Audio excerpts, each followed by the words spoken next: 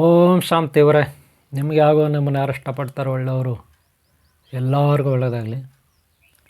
ಇವರೇ, ಚಕ್ರಗಳು, ಸಪ್ತಚಕ್ರಗಳು, 7 ಚಕ್ರಗಳು, ಕುಂಡಲಿನಿ ಸಾಧನೆ. ಸಾಕಷ್ಟು ಗುರುಗಳು ಯೂಟ್ಯೂಬ್ನಲ್ಲಿ ಅಲ್ಲಿ ಇಲ್ಲಿ ಸೋಷಿಯಲ್ ಮೀಡಿಯಾಗಳಲ್ಲಿ, ಹಾಗೆ ಮೀಡಿಯಾಗಳಲ್ಲಿ, ಪುಸ್ತಕಗಳಲ್ಲಿ, ಹಾಗೆ ಮಠ ಮಂದಿರಗಳಲ್ಲಿ ಕ್ಲಾಸನ್ನು ಮಾಡಿರ್ತಾರೆ. ನೀವೆಲ್ಲ ಕೇಳಿ ಕೇಳಿ ಕೇಳಿ ಸಾಕಾಗಿರುತ್ತೆ ಕೆಲವ್ರಿಗೆ. ಇನ್ನು ಕೆಲವ್ರಿಗೆ ಇದು ಏನೋ ಚಕ್ರಗಳು ಅಂತಾರೆ. ಏನು ಚಕ್ರ ಇರ್ಬೋದು? ಸೈಕಲ್ ಚಕ್ರನ, ಆಟೋ ಚಕ್ರನ, ಕಾರ್ ಚಕ್ರನ, ಜಟ್ಗಾ ಬಂಡಿ, ಎತ್ತಿನ ಗಾಡಿ ಚಕ್ರನ, ಬಸ್ಸು ಲಾರಿ ಚಕ್ರನ, ಟ್ರೈನ್ ಚಕ್ರನ, ಪ್ಲೇನ್ ಚಕ್ರನ ಅಂತ ಯೋಚನೆ ಮಾಡ್ತಿರ್ತಾರೆ. ಇಲ್ಲೇನಪ್ಪ ಅಂದರೆ, ಚಕ್ರಗಳು ಅಂದರೆ ಸುತ್ತುವ ಈ ಸುಂಟ್ರಗಾಳಿ ಇರುತ್ತಲ್ಲ, ಸುಂಟ್ರಗಾಳಿ ಆ ರೀತಿಯೂ ಅಲ್ಲ. ನಮ್ಮ ಶರೀರದಲ್ಲಿ ನಾವು ಕಾಲುಗಳಿರುತ್ತೆ, ಕಾಲುಗಳು ಅಂತ ಮೊದಲನೇದಾಗಿ. ಅನಂತರ ಏನಿರುತ್ತೆ? ಕಾಲುಗಳಾದಮೇಲೆ ನಮ್ಮ ಪ್ರೈವೇಟ್ ಪಾರ್ಟ್ಸ್ ಇರುತ್ತೆ. ಪ್ರೈವೇಟ್ ಪಾರ್ಟ್ಸ್ ಕಾಲುಗಳಾದಮೇಲೆ, ಕಾಲುಗಳಿಗಿಂತ ಮೇಲ್ಗಡೆ ಬಂದರೆ ಏನಪ್ಪ ಇರುತ್ತೆ? ಪ್ರೈವೇಟ್ ಪಾರ್ಟ್ಸ್ ಅಂದರೆ ಪರ್ಸ್ನಲ್ ಪಾರ್ಟ್ಸ್ ಇರುತ್ತೆ. ಅದಕ್ಕೆ ಮೇಲೆ ಏನಿರುತ್ತೆ? ಸಣ್ಣ ಕರುಳು, ದೊಡ್ಡ ಕರುಳು, ಕಿಡ್ನಿ, ಗರ್ಭಕೋಶ ಇವೆಲ್ಲ ಇರುತ್ತೆ ಅಲ್ವಾ? ಅದಕ್ಕೆ ಮೇಲೆ ಬಂದರೆ ಶ್ವಾಸಕೋಶ, ಯಕೃತ್ತು, ಮೇಧೋಜೀರಕ ಇತ್ಯಾದಿ ಇತ್ಯಾದಿ ಇಲ್ಲಿ ಇರ್ತದೆ. ಹಾರ್ಟ್, ಹೃದಯ ಆಗುತ್ತಲ್ಲ, ಹೃದಯ, ಶ್ವಾಸಕೋಶ. ಅದಕ್ಕೆ ಮೇಲೆ ಏನಿರುತ್ತೆ? ಗಂಟ್ಲು, ಮಾತಾಡಬೇಕಲ್ಲ ನಾವು. ಶ್ವಾಸಪಟ್ಲ ಅಂದರೆ ಇಲ್ಲೇನಿರುತ್ತೆ? ಒಂದು ಪರದೆ ಇರುತ್ತೆ, ಪೇಪರ್ ಥರ ಇರುತ್ತೆ, ಒಂದು ಸ್ಪೀಕರ್ ಅಂತೀವಲ್ಲ, ಲೌಡ್ ಸ್ಪೀಕರ್. ಅದು ಮಾತಾಡ್ಬೇಕಾದ್ರೆ ಅದು ಸಹಾಯ ಮಾಡುತ್ತೆ. ನಾಲಿಗೆ, ಹಲ್ಲುಗಳು ಸಮೇತ ನಮ್ಮ ವಾಯ್ಸ್ ಹೊರಗಡೆ ಬರುತ್ತೆ. ಅನಂತರ ಮೂಗು, ಕಣ್ಣುಗಳು, ಹಾಗೆ ನಾಲಿಗೆ ಕೆಳಗೆ ನೀರು ಬರುತ್ತೆ. ನಾವೇನಾದರೂ ಉಪ್ಪಿನಕಾಯಿ, ಸ್ವೀಟ್ಸು, ಇನ್ನೇನೋ ಹೋಳಿಗೆ ಗೀಳಿಗೆ, ಪಲಾವ್, ಬಾತುಗಳು ತಿನ್ನಬೇಕಂತ ಅನ್ಸ್ಕೊಂಡ್ರೆ ನಾಲಿಗೆ ಕೆಳಗೆ ನೀರು ಬರುತ್ತೆ. ನಾಲಿಗೆ ಕೆಳಗೆ ಬರೋದು, ನಾಲಿಗೆನಲ್ಲ ತಿಳ್ಕೊಳ್ಳಿ. ಇದನ್ನು ಲಾಲಾರಸ ಲಾವಾರಸ ಅಲ್ಲ. ಲಾವಾರಸ ಅಂದ್ರೆ ಅದು ಅಗ್ನಿಪರ್ವತದಲ್ಲಿ ಬರುತ್ತೆ. ಈ ನಾಲಿಗೆ ಕೆಳಗೆ ಬರೋದು ಲಾಲಾರಸ. ಈ ಲಾಲಾರಸ ಏನಕ್ಕಪ್ಪ ಉಪಯೋಗ ಆಗುತ್ತಂದರೆ, ನಾವು ಊಟ ಮಾಡಿದಾಗ ಆ ಊಟದ ಜೊತೆ ಇದು ಮಿಕ್ಸ್ ಆಗುತ್ತೆ. ಊಟದ ಜೊತೆ ಮಿಕ್ಸ್ ಆದರೆ ಈ ಲಾಲಾರಸದಲ್ಲಿ ಒಂದು ಒಳ್ಳೆಯ ಪ್ರೋಟೀನ್, ಮಿನರಲ್, ವಿಟಮಿನ್ ಇರ್ತದೆ. ಒಂಥರ ಇದು ಒಂದು ಔಷಧಿ ಇದ್ದಂಗೆ, ಟಾನಿಕ್ ಇದ್ದಂಗೆ ಈ ಲಾಲಾರಸ ಅಂದರೆ. ಅದಕ್ಕೆ ಅಷ್ಟು ಮಹತ್ವ ಇದೆ. ನೀವು ಬರೀ ನೀರು ಅಂದ್ಕೊಬಿಟ್ಟಿದ್ರೆ, ಅದು ಬರೀ ನೀರಲ್ಲ, ಕೆಲವು ಪ್ರೋಟೀನ್ಸ್, ಮಿನರಲ್ಸ್ ಅದರಲ್ಲಿರುತ್ತೆ. ಅದು ಆಹಾರದಲ್ಲಿ ಮಿಕ್ಸ್ ಆದಾಗ, ನಾವು ತಿನ್ನೋ ಆಹಾರದಲ್ಲಿ ಮಿಕ್ಸ್ ಆದರೆ ಏನಾಗುತ್ತೆ ಗೊತ್ತಾ? ಆಹಾರದಲ್ಲಿ ಇರುವ ಇನ್ನೂ ಕೆಲವು ಕೆಮಿಕಲ್ಸ್, ನಮಗೆ ಬೇಡದೇ ಇರೋ ಪದಾರ್ಥಗಳನ್ನ ಅದು ನಾಶ ಮಾಡುತ್ತೆ. ಆ ಲಾಲಾರಸ ಅಂದರೆ ಬ್ಯಾಕ್ಟೀರಿಯಾ ಇತ್ಯಾದಿ ನಾಶ ಆಗಲಿಕ್ಕಿದು ಅನುಕೂಲ ಆಗುತ್ತೆ. ಆನಂತರ ಅದು ಮಿಕ್ಸ್ ಆಗಿ ಆಹಾರದಲ್ಲಿ ಹೊಟ್ಟೆ ಒಳಗೋಗುತ್ತೆ. ಆಗ ನೀಟಾಗಿ ಜೀರ್ಣ ಆಗುತ್ತೆ. ಅದೇ ಲಾಲಾರಸ ಬರಲಿಲ್ಲ ಅಂದರೆ ಆಹಾರ ಸರಿಯಾಗಿ ಜೀರ್ಣ ಆಗಲ್ಲ, ನೆನಪಿಟ್ಕೊಳ್ಳಿ.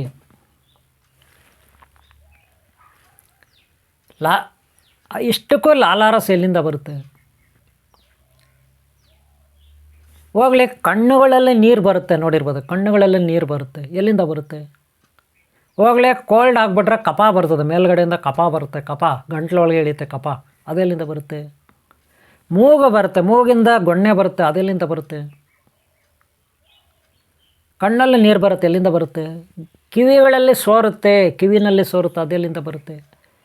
ಅಂದರೆ ನಮ್ಮ ಶರೀರದ ಒಳಗೆ ಈಗ ಪ್ರೈವೇಟ್ ಪಾರ್ಟ್ಸು, 2 ಕಾಲುಗಳ ಮೇಲೆ ಏನಿದೆ? ಪ್ರೈವೇಟ್ ಪಾರ್ಟ್ಸ್ ಇದೆ. ಈಗ ಸಂತಾನ ಆಗಬೇಕಾದ್ರೆ ಏನು ಬೇಕು?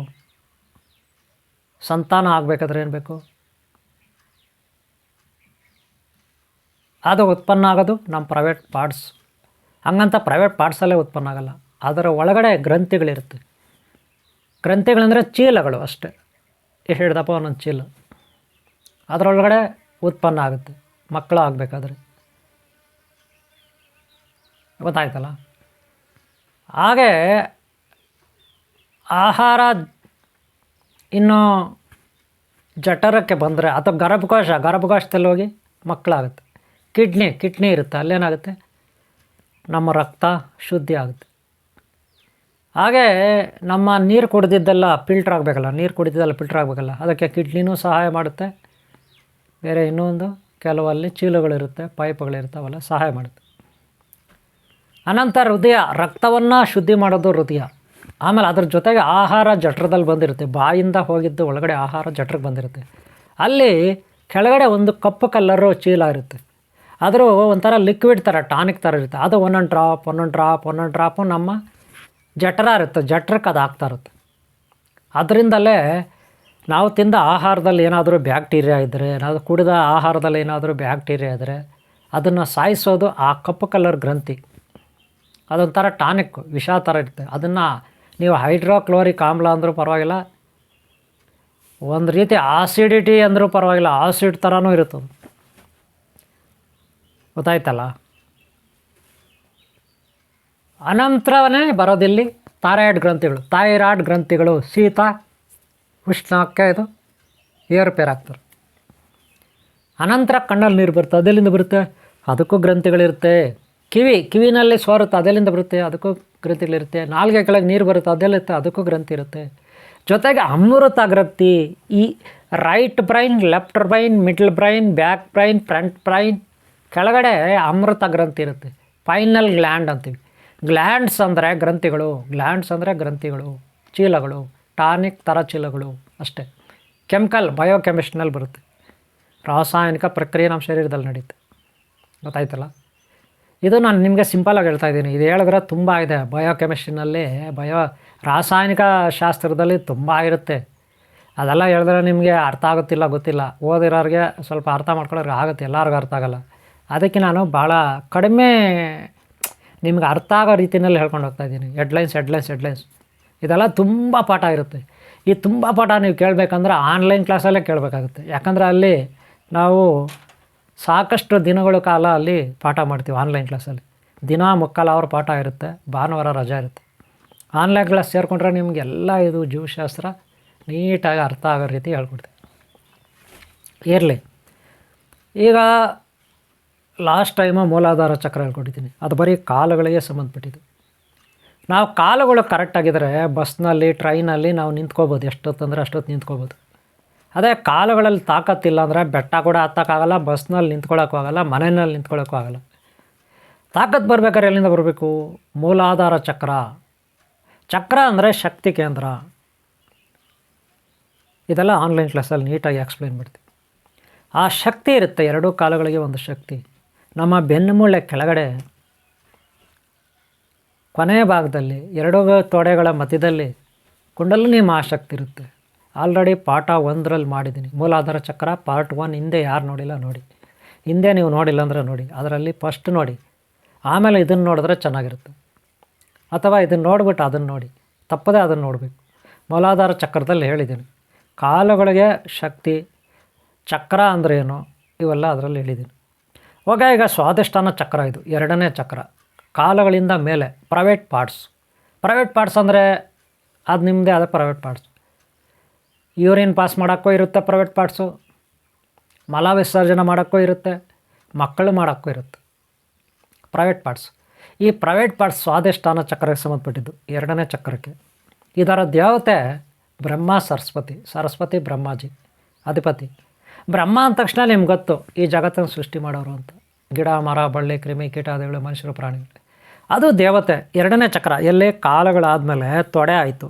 ತೊಡೆ ಆದಮೇಲೆ ಪ್ರೈವೇಟ್ ಪಾರ್ಟ್ಸ್ ಇರುತ್ತಲ್ಲ, ಆ ಒಂದು ಏರಿಯಾನ ನೋಡ್ಕೊಳ್ಳೋದೇ ರಂಧ್ರ ಅಲ್ಲ, ಬ್ರಹ್ಮಗ್ರಂಥಿ. ಏನು? ಬ್ರಹ್ಮಗ್ರಂಥಿ ನೋಡ್ಕೊಳ್ಳುತ್ತೆ. ಗ್ಲ್ಯಾಂಡ್ ಗ್ರಂಥಿ, ಬ್ರಹ್ಮಗ್ರಂಥಿ ಅಂದರೆ ಆ ಏರಿಯಾನ, ಅಂದರೆ ವೀರ್ಯ ಉತ್ಪನ್ನ ಆಗಲಿಕ್ಕೆ, ಮಲಮೂತ್ರಗಳು ವಿಸರ್ಜನೆ ಆಗಲಿಕ್ಕೆ ಎಲ್ಲ ರೀತಿ ನೋಡ್ಕೊಳ್ಳೋದು ಆ ಪ್ರೈವೇಟ್ ಪಾರ್ಟ್ಸು. ಅದರ ಅಧಿಪತಿ ಬ್ರಾಹ್ಮಿ ಸರಸ್ವತಿ ಬ್ರಹ್ಮಾಜಿ ಅಧಿಪತಿ. ಅದಕ್ಕೆ ಬ್ರಹ್ಮಾಜಿ ಅಂತ ಹೇಳ್ಕೊಂಡ್ರೆ ಸಾಕು. ಅಂದರೆ ಮಕ್ಕಳು ಮಾಡ್ತಕ್ಕಂಥದ್ದು ಸೃಷ್ಟಿ ಕಾರ್ಯ ಅಲ್ಲಿಂದನೇ ಸ್ಟಾರ್ಟ್ ಆಗುತ್ತೆ ಅಲ್ವಾ? ಅದೇ ಬ್ರಹ್ಮಾಜಿ ದೇವತೆ. ಇಲ್ಲಿನ್ನೂ ಉಪದೇವತೆಗಳು ಸಾಕಷ್ಟು ಇಲ್ಲಿ ಥಿಯರಿ ಇರುತ್ತೆ. ಎಲ್ಲಿ ನಮಗೆ ಪ್ರೈವೇಟ್ ಪಾರ್ಟ್ಸ್ ಕರೆಕ್ಟಾಗಿ ಕೆಲಸ ಮಾಡಲ್ಲ, ಆ ಗ್ರಂಥಿ ಹೊಸ್ದಾಗಿ ಮದುವೆ ಆಗಿರ್ತಾರೆ ಹುಡುಗ ಹುಡುಗಿ, ಅವರಿಬ್ಬರು ಸದೃಢವಾಗಿರಬೇಕು ಲೈಂಗಿಕ ವಿಚಾರದಲ್ಲಿ. ಲೈಂಗಿಕ ವಿಚಾರದಲ್ಲಿ ಅವರು ಸದೃಢವಾಗಿಲ್ಲ ಅಂದರೆ ಅಸಮಾಧಾನ ಉಂಟಾಗುತ್ತೆ, ಪರಸ್ಪರ ಅಸಮಾಧಾನ. ಆವಾಗ ಡ್ರೈವರ್ಸ್ ಕೊಡ್ತಾರೆ, ಇಲ್ಲ ಬೇರೆಯವ್ರನ್ನ ಇಟ್ಕೊಬಿಡ್ತಾರೆ, ಇಲ್ಲ ಪಾಪ ಜೀವನ ಪರ್ಯಂತ ಕೊರಗ್ತಾರೆ. ಆ 3 ಆಪ್ಷನ್ ಇರ್ತವ್ರಿ. ಇಲ್ಲ ಕೆಲವ್ರು ನೇಣಾಕೊಂಡು ಸತ್ತೋಗ್ತಾರೆ ಅಷ್ಟೇ. ಅಲ್ಲಿ ಇನ್ನೇನಾಗುತ್ತೆ. ಅದಕ್ಕೆ ಆ ಪ್ರೈವೇಟ್ ಪಾರ್ಟ್ಸು ಕರೆಕ್ಟಾಗಿರ್ಬೇಕು. ಲೈಂಗಿಕ ವಿಚಾರದಲ್ಲಿ ಕನಿಷ್ಠ ಸ್ವಲ್ಪ ಮಟ್ಟಿಗಾದರೂ ಒಬ್ರನ್ನೊಬ್ಬರು ತೃಪ್ತಿಪಡಿಸೋಂಥ ಸಾಮರ್ಥ್ಯ ಇರಬೇಕು. ಇಬ್ಬರಲ್ಲಿ ಯಾರಿಗೋ ಒಬ್ರಿಗೆ ತೊಂದರೆ ಆಯಿತು, ಇಲ್ಲ ಇಬ್ಬರಿಗೂ ತೊಂದರೆ ಆದರೆ ಪರವಾಗಿಲ್ಲ, ಇಬ್ಬರಿಗೂ ಪ್ರಾಬ್ಲಮ್ ಇದ್ದರೆ ಪರವಾಗಿಲ್ಲ. ಮನಸ್ಸಿನಲ್ಲಿ ಆಸೆ ಇರುತ್ತೆ, ಇಬ್ಬರಿಗೂ ಪ್ರಾಬ್ಲಮ್ ಇರುತ್ತೆ, ದೈಹಿಕವಾಗಿ ವರ್ಕೌಟ್ ಆಗಲ್ಲ. ಅವಾಗೇನಾಗುತ್ತೆ, ನೇಣಾಕೊಂಡು ಸಾಯ್ತಾರೆ. ಇಲ್ಲ ಡಾಕ್ಟ್ರ್ ಹತ್ರ ಹೋಗ್ತಾರೆ, ಡಾಕ್ಟ್ರ್ ಹತ್ರ ಹೋಗಿ ಸುತ್ತಿ ಅಲ್ಲಿ ವಾಸಿ ಆಗಿಲ್ಲ ಅಂದರೆ ನೇಣಾಕೊಂಡು ಸಾಯ್ತಾರೆ ಅಷ್ಟೇ. ಇನ್ನೇನಾಗುತ್ತೆ. ಎಲ್ಲ ಡಾಕ್ಟ್ರ್ ಹತ್ರ ವಾಸಿ ಆಗ್ತದಾ? ಕೇಳಿ ನೋಡಿ, ಡಾಕ್ಟ್ರ್ ಹೇಳ್ತಾರೇನೋ, ನೋಡೋಣ ಎಲ್ಲ ವಾಸಿ ಮಾಡ್ತಾರೇನೋ. ನೋಡಿರಿ, ಡಾಕ್ಟ್ರ್ ಅಂದರೆ ಅವ್ರೇನೋ ಟ್ರೈನಿಂಗ್ ಮಾಡಿರ್ತಾರೆ, MBBS ಇನ್ನೊಂದು ಮತ್ತೊಂದು ಮೆಡಿಕಲಲ್ಲಿ. ಅವ್ರೇನು ಟ್ರೈನಿಂಗ್ ಮಾಡಿರ್ತಾರೆ ಅಷ್ಟರ ಮಟ್ಟಿಗೆ ನಿಮಗೆ ಅವರು ಉಪಚಾರ ಮಾಡ್ತಾರೆ, ಸೇವೆ ಮಾಡ್ತಾರೆ ಅಷ್ಟೇ. ಅದಕ್ಕೆ ಮೇಲೆ ಅವರಿಂದ ಮಾಡೋಕ್ಕಾಗಲ್ಲ. ಅದೇ ಈ ಜಗತ್ತನ್ನು ಸೃಷ್ಟಿ ಮಾಡಿದ್ದು ಭಗವಂತ ಅಥವಾ ದೈವಿ ಶಕ್ತಿ, ನಮ್ಗೆ ಗೊತ್ತಿಲ್ಲದಿರೋ ಅತೀಂದ್ರಿಯ ಶಕ್ತಿಗಳು. ಅವರು ತುಂಬ ತಂತ್ರಜ್ಞರು, ತುಂಬ ವಿಚಿತ್ರ ಈ ಮಹಾನ್ ಜಗತ್ತನ್ನು ಮಾಯಾ ಬಜಾರ್ ಇದೊಂದು ಮಾಯಾ ಬಜಾರ್ ಅಂದರೆ ಅಂಗಡಿಗಳು, ಸಂತೆ. ಈ ಮಾಯಾ ಬಜಾರ್ನ ಸೃಷ್ಟಿ ಮಾಡಿದ್ದಾರೆ. ಇದರಲ್ಲಿ ಡಾಕ್ಟ್ರುಗಳು, ವಿಜ್ಞಾನಿಗಳು ಇವರೆಲ್ಲ ಎಷ್ಟರ ಮಟ್ಟಿಗೆ ರೀ, ಏನೋ ದುಡಿಬೋದು, ಏನೋ ಸಂಶೋಧನೆ ಮಾಡ್ಬೋದು, ಏನೋ ಮಾಡ್ಬೋದು ಅಷ್ಟೆ. ಆದರೆ ಕೆಲವರೆಲ್ಲ ಅಹಂಕಾರ ಪಡ್ತಾರೆ, ಹಾಗೆ ಹೀಗೆ ಅಂತ. ಪಾಪಿಗಳಷ್ಟೇ, ಬಿಡಿ, ಅವ್ರ ವಿಷಯ ಬೇಡ. ಈಗ ಸೆಕ್ಸಲ್ಲಿ ವರ್ಕೌಟ್ ಆಗಿಲ್ಲ ಅಂದರೆ ಏನಾಗುತ್ತೆ, ಅನೈತಿಕ ಸಂಬಂಧ, ಅಕ್ರಮ ಸಂಬಂಧ. ಇಲ್ಲ ಹುಡುಗಿ ಯಾರನ್ನೋ ಇಟ್ಕೊಳ್ತಾಳೆ, ಇಲ್ಲ ಹುಡುಗ ಇನ್ಯಾರನ್ನೋ ಇಟ್ಕೊತಾನೆ. ಅದಕ್ಕೆ ಇಬ್ಬರು ಕರೆಕ್ಟಾಗಿರ್ಬೇಕಂದ್ರೆ ಏನು, ಡಾಕ್ಟ್ರಲ್ಲಿ ಓದ್ತಾರಾದ್ರೆ ವಾಸಿ ಆಗುತ್ತಾ? ಎಲ್ಲ ವಾಸಿ ಆಗೋಲ್ಲ, ನಾನು ಆವಾಗಲೇ ಹೇಳಿದ್ದೀನಿ. ಅದಕ್ಕೆ ಸ್ವಾದಿಷ್ಠಾನ ಚಕ್ರ ಕರೆಕ್ಟಾಗಿರಬೇಕು. ಸ್ವಾದಿಷ್ಠಾನ ಚಕ್ರ ಕರೆಕ್ಟಾಗಿದ್ದರೆ ಪರ್ಸ್ನಲ್ ಪ್ರೈವೇಟ್ ಪಾರ್ಟ್ಗಳು ಕರೆಕ್ಟಾಗಿ ವರ್ಕೌಟ್ ಆಗ್ತವೆ. ಆವಾಗ ಮಲಬದ್ಧತೆ ಆಗಲ್ಲ. ಟೈಮ್ ಸರಿಯಾಗಿ ಬಾತ್ರೂಮ್ ಮಾಡ್ಬೋದು. ಕೆಲವರು ಬಾತ್ರೂಮ್ ಮಾಡೋಕ್ಕೆ ನೋಡ್ರಿ, ತಡ್ಕೊಳ್ಳೋ ಶಕ್ತಿನೇ ಇರಲ್ಲ. ಅದು ಬಂದ ತಕ್ಷಣ ಓಡಬೇಕು. ಪ್ಯಾಂಟಲ್ಲೇ ಚಡ್ಡಲ್ಲೇ ಇನ್ನೆಲ್ಲ ಮಾಡ್ಕೊಬಿಡ್ತಾರೆ. ಇದು ಅಷ್ಟೇ, 1 ಮಾಡ್ಕೊಬಿಡ್ತಾರೆ, 2 ಮಾಡ್ಕೊಬಿಡ್ತಾರೆ. ಯಾಕೆ? ಅದೇ ಸ್ವಾದಿಷ್ಠಾನ ಚಕ್ರ ಕರೆಕ್ಟ್ ಇಲ್ಲ, ಅವರಲ್ಲಿ ಶಕ್ತಿ ಇಲ್ಲ. ಇನ್ನು ಗಂಡ ಹೆಂಡ್ತಿ ಕಥೆಗಳು ಹಂಗೇನೆ ಬಿಡ್ರಿ, ಅವೆಲ್ಲ ಹೇಳೋದು ಬೇಡ, ಅದು ಅವ್ರವ್ರಿಗೆ ಗೊತ್ತಾಯ್ತಲ್ಲ. ಅವ್ರವ್ರ ಬಾಧೆಗಳು ಅವ್ರಿಗೆ ಗೊತ್ತು ಅಲ್ವಾ, ಸಮಸ್ಯೆಗಳು. ಅದಕ್ಕೆ ಸ್ವಾದಿಷ್ಠಾನ ಚಕ್ರ ಕರೆಕ್ಟಾಗಿರಬೇಕು. ಆವಾಗಲೇ ಬ್ರಹ್ಮ ಸೃಷ್ಟಿ ಕರೆಕ್ಟಾಗಿ ನಡೆಯೋದು, ರತಿ ಮನ್ಮಥರ ಕಾರ್ಯಗಳು ಕರೆಕ್ಟಾಗಿ ನಡೆಯೋದು. ಅರ್ಥ ಆಯ್ತಲ್ಲ. ಇಲ್ಲಿ ಒಟ್ಟಾರೆ ಕಾಲಗಳಿಗೆ ಮೂಲಾಧಾರ ಚಕ್ರ, ಮೂಳೆಗಳು, ನರನಾಡಿಗಳು ಎಲ್ಲ ಕಾಲಗಳದ್ದು. ಓಡಾಡಲಿಕ್ಕೆ, ಬೆಟ್ಟ ಹತ್ತಲಿಕ್ಕೆ, ಗುಟ್ಟ ಹತ್ತಲಿಕ್ಕೆ, ಬಸ್ ಹತ್ತಲಿಕ್ಕೆ, ಟ್ರೈನ್ ಹತ್ತಲಿಕ್ಕೆ, ನಿಂತ್ಕೊಳ್ಳಿಕ್ಕೆ, 1 ಅವರ್ 2 ಅವರ್ ನಿಂತ್ಕೊಳ್ಳಿಕ್ಕೆ. ಯಾಕಂದರೆ ಟ್ರೈನ್ಗಳಲ್ಲಿ ಕೆಲವು ಸಾರಿ ಸೀಟೇ ಸಿಗೋಲ್ಲ, ಲಾಂಗ್ ಹೋಗ್ಬೇಕು ಜರ್ನಿ. ಅವಾಗ ನಿಂತ್ಕೊಂಡು ಹೋಗ್ಬೇಕು 2-3 ಗಂಟೆ. ಕಾಲುಗಳಲ್ಲಿ ಶಕ್ತಿ ಇರಬೇಕು. ಎಲ್ಲಿಂದ ಬರುತ್ತೆ? ಮೂಲಾಧಾರ ಚಕ್ರ ಕರೆಕ್ಟಾಗಿರಬೇಕು. ಅದಕ್ಕೆ ಆನ್ಲೈನ್ ಕ್ಲಾಸಲ್ಲಿ ನಾವೆಲ್ಲ ಹೇಳ್ಕೊಟ್ಟಿದ್ದೀವಿ, ಸಾಕಷ್ಟು ಕಲಿಸ್ಕೊಟ್ಟಿದ್ದೀವಿ. ಗೊತ್ತಾಯ್ತಲ್ಲ. ಮೂಳೆಗಳು ಕರೆಕ್ಟಾಗಿರಬೇಕು. ಏನು ಮಾಡಬೇಕು? ಕ್ಯಾಲ್ಶಿಯಮ್ ಅಂದ್ರೇನು? ಹಾಲಿನ ಅಂಶ ಇರಬೇಕು. ಗೊತ್ತಾಯ್ತಲ್ಲ. ಅನಂತರ ಈಗ ಸ್ವಾದಿಷ್ಠಾನ ಚಕ್ರ 2ನೇದು ನಾನು ಪಾಠ ಮಾಡ್ತಾರೋದು. ಈಗ 2ನೇ ಚಕ್ರ. 1ನೇ ಚಕ್ರ ಆಲ್ರೆಡಿ ಮಾಡಿ ಆಗಿದೆ, ಅದು ಹಿಂದಿನ ಭಾಗದಲ್ಲಿ ನೋಡಿ, ಮೂಲಾಧಾರ ಚಕ್ರ ಅಂತ ಹಾಕಿದ್ದೀನಿ. ಇದರಲ್ಲಿ ಬ್ರಹ್ಮ ಸರಸ್ವತಿ ಪಾತ್ರ. ಅದಕ್ಕೆ ನಾವು ಸರಸ್ವತಿಯನ್ನು ಆರಾಧಿಸಬೇಕು, ಬ್ರಹ್ಮಾಜಿಯನ್ನು ಆರಾಧಿಸಬೇಕು, ಹಾಗೆ ರತಿ ಮನ್ಮಥರನ್ನು ಆರಾಧಿಸಬೇಕು, ಹಾಗೆ ಅಶ್ವಿನಿ ಕುಮಾರರು, ಧನ್ವಂತರ ದೇವ್ರನ್ನ ಆರಾಧಿಸಬೇಕು. ಅವರ ಆಶೀರ್ವಾದ, ಕೃಪಾ ಕಟಾಕ್ಷದಿಂದ ನಮ್ಮ ಸ್ವಾದಿಷ್ಠಾನ ಚಕ್ರ ಕರೆಕ್ಟಾಗಿರುತ್ತೆ. ಹಾಗೆ ಯಮಧರ್ಮರಾಯ ಪ್ರಭುನೂ ಮುಖ್ಯ ಇಲ್ಲಿ, ಮಲಮೂತ್ರಗಳ ವಿಸರ್ಜನೆಗೆ. ಗೊತ್ತಾಯ್ತಲ್ಲ, ಅವ್ರ ದಯ ಬೇಕು.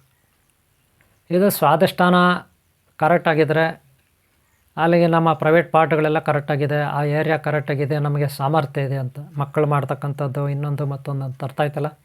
ಇದು ಸ್ವಾದಿಷ್ಠಾನ ಚಕ್ರಕ್ಕೆ ಸಂಬಂಧಪಟ್ಟಿದೆ. ಇದು ತುಂಬ ಎಕ್ಸ್ಪ್ಲೈನ್ ಮಾಡೋದಿರುತ್ತೆ, ಇಲ್ಲಿ ಟೈಮ್ ಸಾಕಾಗಲ್ಲ ಒಂದು. ಅದಕ್ಕೆ ಮೂಲಾಧಾರ ಚಕ್ರ, ಸ್ವಾದಿಷ್ಠಾನ ಚಕ್ರ ಇವೆಲ್ಲ ತಿಳ್ಕೊಳ್ಳಿ. ಈಗ ನೋಡಿ, ಒಂದು ಪ್ರಾಣಿ ಆಗಲಿ, ಪಕ್ಷಿ ಆಗಲಿ ಮೊಟ್ಟೆ ಇಡುತ್ತೆ, ಗಿಡ ಮರಗಳು ಹೂ ಬಿಡುತ್ತೆ. ಇದೆಲ್ಲ ಏನು ಸೃಷ್ಟಿ ಕಾರ್ಯ ಈ ಜಗತ್ತಿನಲ್ಲಿ. ನಾವೆಲ್ಲ ಹುಟ್ಟಿದ್ದೀವಿ ಅಂತ ನಾವು ಅಂದ್ಕೊತೀವಿ, ಅಪ್ಪ ಅಮ್ಮನಿಂದ ನಾವು ಹುಟ್ಟಿದ್ದೀವಿ ಅಂದ್ಕೊತೀವಿ. ನೋಡಿರಿ, ಜಗತ್ತನ್ನು ಸೃಷ್ಟಿ ಮಾಡೋದು ಮಹಾಶಕ್ತಿಗಳು, ಅಪ್ಪ ಅಮ್ಮಗಳೆಲ್ಲ. ಅಪ್ಪ ಅಮ್ಮಗಳು ಏನು ರೀ ಮಾಡ್ತಾರೆ, ಅಮ್ಮಮ್ಮ ಅಂದರೆ ಒಬ್ರಿಗೊಬ್ರು ಏನೋ ತೀರಿಸ್ಕೊಳ್ತಾರೆ ಅಷ್ಟೇ. ಅಷ್ಟು ಮಟ್ಟಿಗೆ ನಾವು ಉಡ್ಸ್ಬಿಟ್ರಿ ಅಂತ ಹೇಳ್ಕೊಂಡು ತರ್ತಾರೆ. ಅವ್ರು ಬಿಲ್ಡಪ್ ಬಿಟ್ಕೊತಿರ್ತಾರೆ, ನಾವು ಉಡ್ಸ್ಬಿಟ್ರಿ ಮಕ್ಕಳನ್ನ ಅಂತ. ನಿಜ ಅಲ್ರಿ, ಖಂಡಿತ ಅವ್ರು ಹುಡ್ಸಿಲ್ಲ. ಈ ಜಗತ್ತನ್ನು ಹುಡ್ಸಿದವ್ರು ಯಾರೋ ಅವರು ಎಲ್ಲರನ್ನೂ ಹುಡ್ಸಿದ್ದು, ಎಲ್ಲವನ್ನೂ ಹುಡ್ಸಿದ್ದು. ಅದನ್ನು ಅರ್ಥ ಮಾಡ್ಕೋಬೇಕು. ಬ್ರಾಹ್ಮಿ ದೇವಿ ಸರಸ್ವತಿ, ಬ್ರಹ್ಮಾಜಿ, ಪರಬ್ರಹ್ಮ, ಶ್ರೀಮನ್ ಅನಂತ ಪದ್ಮಾವತಿ, ಅನಂತ ಲಕ್ಷ್ಮಿ, ಅನಂತ ಪದ್ಮನಾಭ ಸ್ವಾಮಿ, ಶ್ರೀ ಗೌರಿ ಗಂಗಾಧರೇಶ್ವರ್, ಓಂ ಶ್ರೀ ಮೂಲಾಧಾರ ಸ್ವಾಮಿ ಸಿದ್ಧಿಬುದ್ಧಿ ಧೂಮ್ರಾಕೇತು ಕಲ್ಕೆ ಚಿಂತಾರು ವಿದ್ಯಾ ಮಹಾಗಣಪತಿ, ಶ್ರೀ ವೆಲ್ಲಿಮತ್ ದೇವಸ್ಥಾನವತ್ ಕುಮಾರಸ್ವಾಮಿ ಶಕ್ತಿ, ಮಹಾಶಕ್ತಿ, ಸರ್ವ ಸಚ್ಚಿಂದ್ರಾದಿ ಸರ್ವಶಕ್ತಿ, ದೇವತಾಶಕ್ತಿ, ಗುರುಶಕ್ತಿ, ಮಾತಾಪಿತಾ ಪೂರ್ವಶಕ್ತಿ, ಹಿತೈಷಬಂಧು ದೇವತಾಶಕ್ತಿ. ಇವರ ಸಹಾಯದಿಂದ ಈ ಜಗತ್ತಿದೆ, ಇವರ ಆಶೀರ್ವಾದದಿಂದ ಇದೆ, ಇವರ ದಯೆ ಅನುಕಂಪ, ಅವ್ರ ಕೃಪಾ ಕಟಾಕ್ಷಿಂದ ಜಗತ್ತು ಸೃಷ್ಟಿಯಾಗಿದೆ, ನಡೀತಾ ಇದೆ, ಹಾಗೆ ಲಯ ಆಗುತ್ತೆ. ಹಾಗೆ ಅವರೇ ನಮಗೆಲ್ಲ ರಕ್ಷಕರು ಅಲ್ವಾ. ಅದಕ್ಕೆ ನಾವು ನಾನು ನನ್ನದು ನನ್ನಿಂದಲೇ ಎಂಬ ಅಹಂಕಾರ ಬಿಟ್ಬಿಡ್ಬೇಕು. ಈ ಶರೀರ ಹೆಂಗೆ ರಚನೆ ಆಗಿದೆ, ಶರೀರದಲ್ಲಿ ಏನೆಲ್ಲ ಶಕ್ತಿಗಳಿದೆ ಅದನ್ನು ಅರ್ಥ ಮಾಡ್ಕೋಬೇಕು. ದೇವಸ್ಥಾನಗಳಿಗೆ ಹೋಗಿ ಮನೆಯಲ್ಲಿ ಪೂಜೆ ಮಾಡಿ ನಾನು ಬೇಡ ಅನ್ನಲ್ಲ. ನಿಜವಾಗ್ಲೂ ನೀವು ತಿಳ್ಕೊಬೇಕಾಗಿರೋದು ಏನು ಗೊತ್ತಾ, ಹೊರಗಡೆ ಅಲ್ಲ, ನಿಮ್ಮ ಒಳಗೆ ಏನಿದೆ ಅದೇ ಹೊರಗಡೆ ಇರೋದು, ಹೊರಗಡೆ ಏನಿದೆ ಅದೇ ಒಳಗಿರೋದು. ಅದಕ್ಕೆ ಫಸ್ಟು ನಿಮ್ಮನ್ನು ನೀವು ಅರ್ಥ ಮಾಡ್ಕೋಬೇಕು. ಎಲ್ಲ ದೇವತೆಗಳಿರುತ್ತೆ. ನಾನು ಹಿಂದೆ ಹೇಳಿದೆ, ಮೂಲಾಧಾರ ಚಕ್ರಕ್ಕೆ ಗಣಪತಿ, ಓಂ ಶ್ರೀ ಸಿದ್ಧಿ ಬುದ್ಧಿ ಧೂಮ್ರಕೇತು ಗಣಪತಿ. ಈಗ ಬ್ರಾಹ್ಮಿ ದೇವಿ ಸರಸ್ವತಿ, ಬ್ರಹ್ಮಾಜಿ 2ನೇ ಚಕ್ರಕ್ಕೆ. ಹಾಗೆ ಇನ್ನೂ 3ನೇ ಚಕ್ರ, 4ನೇ ಚಕ್ರ, 5ನೇ ಚಕ್ರ, 6ನೇ ಚಕ್ರ, 7ನೇ ಚಕ್ರ, ಎಲ್ಲ ಚಕ್ರಗಳು ನಾನು ಪಾಠ ಮಾಡ್ತೀನಿ. ಹೆಡ್ಲೈನ್ಸ್ ಅಷ್ಟೇ ಇದೀವ್ರೆ, ಪೂರ್ತಿ ಹೇಳೋಕ್ಕಾಗಲ್ಲ, ಟೈಮ್ ಇಲ್ಲ. ಇಲ್ಲಿ ಆನ್ಲೈನ್ ಕ್ಲಾಸಲ್ಲಿ ಕಲ್ತ್ಕೊಳ್ಳಿ. ತುಂಬ ನಿಮಗೆ ಮೇಲ್ಮಟ್ಟದ ಸ್ತರದಲ್ಲಿ ನಾನು ಪಾಠ ಮಾಡಿದ್ರೆ ನಿಮ್ಗೆ ಅರ್ಥ ಆಗೋಲ್ಲ. ಅದಕ್ಕೆ ನಿಮ್ಗೆ ಅರ್ಥ ಆಗೋ ರೀತಿಯಲ್ಲಿ ಹೇಳ್ಕೊಂಡು ಹೋಗ್ತಾಯಿದ್ದೀನಿ. ಇದು ತುಂಬ ಇರುತ್ತೆ ಕಥೆ. ಇದು ಯಾವತ್ತಿಗೂ ಮುಗಿಯಲ್ಲ, ಅಷ್ಟಷ್ಟು ಇರುತ್ತೆ. ಒಂದೊಂದು ಚಕ್ರಕ್ಕೂ ಎಷ್ಟೋ ತಿಂಗಳುಗಳಾಗುತ್ತೆ ಪಾಠ ಮಾಡೋಕ್ಕೆ, ಅಷ್ಟಿರುತ್ತೆ ಗೊತ್ತಾ ನಿಮಗೆ. ಇಲ್ಲಿ ಕೇವಲ ಅರ್ಧ ಗಂಟೆ ಕೂತ್ಕೊಳ್ಳೋದೇ ಕಷ್ಟ ಎಲ್ಲರೂ. ಅಲ್ಲಿಗೂ ನಾನು ಕೂತ್ಕೊಂಡ್ರೆ 20 ನಿಮಿಷ ಆಗೋಗುತ್ತೆ, 30 ನಿಮಿಷ ಆಗೋಗ್ಬಿಡುತ್ತೆ. ಅದು ಸಾಕಾಗಲ್ಲ, ಹೆಂಗಾಗುತ್ತೆ ಅಲ್ವಾ. ಅದಕ್ಕೆ ನಿಮಗೆ ಮೇನ್ ಇಂಪಾರ್ಟೆಂಟ್ ತಿಳ್ಕೊಳ್ಳಿ. ಬ್ರಹ್ಮಾಜಿ ಸರಸ್ವತಿ ತಿಳ್ಕೊಳ್ಳಿ. ಆಮೇಲೆ ನಮ್ಮ ಪ್ರೈವೇಟ್ ಪಾರ್ಟ್ಸ್ ಚೆನ್ನಾಗಿರ್ಬೇಕಂತ ತಿಳ್ಕೊಳ್ಳಿ, ಸಾಕಲ್ಲ. ಇನ್ನೇನು ಬೇಕು, ಕಾಲುಗಳೆಲ್ಲ ಚೆನ್ನಾಗಿರ್ಬೇಕಂತ ತಿಳ್ಕೊಳ್ಳಿ, ಇನ್ನೇನು ಹಂಗೆ ಮೇನ್ ತಿಳ್ಕೊಳ್ಳಿ ಸಾಕು. ಆಮೇಲೆ ನಿಧಾನಕ್ಕೆ ಆನ್ಲೈನ್ ಕ್ಲಾಸೆಲ್ಲ ತಿಳ್ಕೊಳ್ಳಿ, ಇಲ್ಲ ಯಾವನ ಪುಸ್ತಕಗಳಲ್ಲಿ ನೋಡಿ. ಅದೇ ರಾಂಗ್ ಮೆಸೇಜ್ ಕೊಡ್ತಾರೆ ಕೆಲವರೆಲ್ಲ, ಸರಿಯಾಗಿ ಚಕ್ರಗಳ ಬಗ್ಗೆ ಹೇಳ್ಕೊಡಲ್ಲ. ಚಕ್ರಗಳಂದರೆ ಹೇರ್ಸ್ ಕೊಟ್ಬಿಡ್ತೀನಿ, ಏರ್ಬಿಡುತ್ತೆ ಹಂಗೆ ಅಂತಿರ್ತಾರೆ. ಅದು ಯಾವತ್ತಿಗೂ ಸಾಧ್ಯ ಇಲ್ಲ.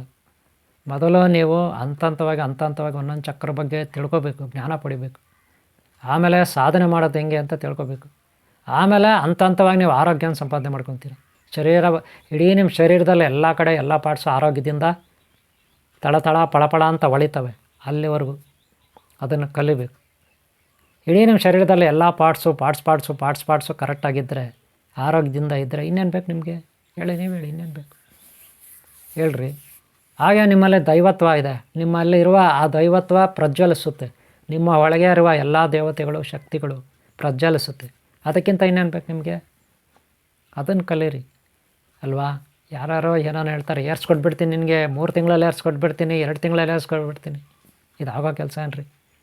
ಕಲಿಬೇಕಷ್ಟೇ. ಇಲ್ಲಿ ನಾವು ಕಷ್ಟಪಡಬೇಕು, ಆವಾಗಲೇ ಅದು ಒಳ್ಳೆಯದು. ದೈವ ಏನೇನೋ ಟ್ರಿಕ್ಸು, ಏನೇನೋ ಮ್ಯಾಜಿಕ್ ಹೇಳ್ಕೊಡ್ತೀನಿ ಅಂದರೆ ಅದು ಯಾವತ್ತಿಗೂ ಸಾಧ್ಯ ಇಲ್ಲ, ತಿಳ್ಕೊಳ್ಳಿ. ಓಕೆನಾ?